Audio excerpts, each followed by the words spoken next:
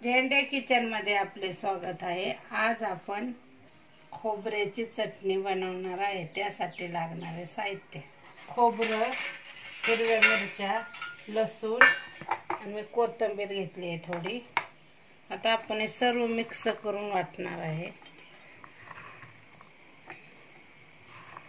फोडणीच्या वेळेस आपण जिरे मोहरी वापरणार आहे। पाणी टाकून आपण बारीक करून घ्यायचे।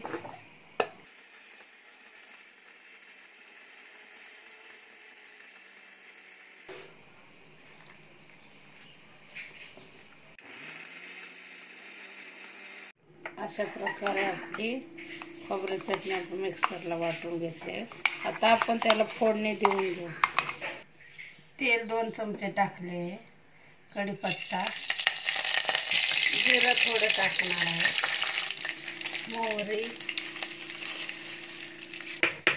व्यवस्थित आपण हलवून घ्यायचं।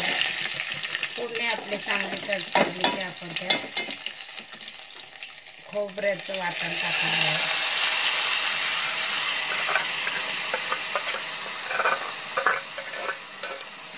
तुम्हाला घट्ट पाहिजे नसेल तर घट्ट करू शकता, पातळ बनवायचे असेल तर पातळ बनवू शकता।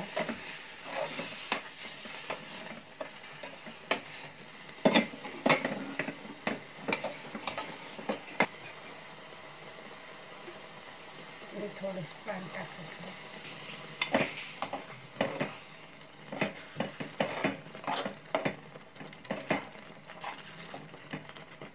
चवीनुसार मीठ टाकून घ्यायचं आहे, पाणी थोडंसं।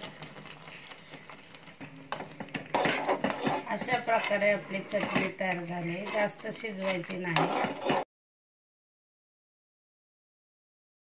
अशा प्रकारे आपले खोबऱ्याची चटणी तयार झाली आहे। ते तुम्ही पराठ्या संग किंवा थालीपीठ संगही खाऊ शकता। झेंडे किचनची रेसिपी आवडली असेल तर लाईक करा, शेअर करा, सबस्क्राईब करा, बेल आयकॉन दाबण्यास विसरू नका। धन्यवाद।